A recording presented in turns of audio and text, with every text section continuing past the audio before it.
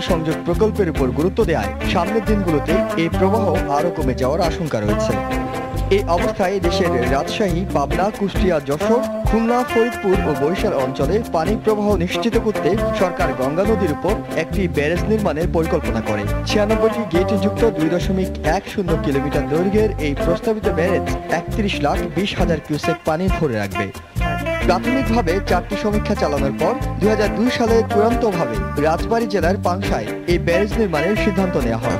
ভারত বাংলাদেশ যৌথ গঙ্গা নদীর পানি বন্টন চুক্তিটি আগামী 2026 সালে শেষ হবে। তাই মন্ত্রণালয়ের পক্ষ থেকে সর্বোচ্চ অগ্রাধিকার দেওয়া হচ্ছে 32,000 কোটি টাকার এই ব্যারেজ প্রকল্পে। এই বিষয়টা আমরা ডিপ্লোম্যাটিক পর্যায়ে সর্বোচ্চ অগ্রাধিকার দিয়ে আমরা কাজকর্ম করছি। আমাদের মন্ত্রণালয়ের নম্বর 1 প্রজেক্টের ভিতরে আমরা এই প্রজেক্টটা রেখেছি। এমনকি সরকার যে ডেল্টা প্ল্যান করছে এইটা মাথায় রেখেই আমরা গেঞ্জেস ব্যারেজ নির্মাণের জন্য আগ্রহী। 2018 সালে এই প্রকল্পের নির্মাণ কাজ শুরু করা গেলে 2025 সালের মধ্যে তা শেষ হবে বলে আশাবাদী সরকার।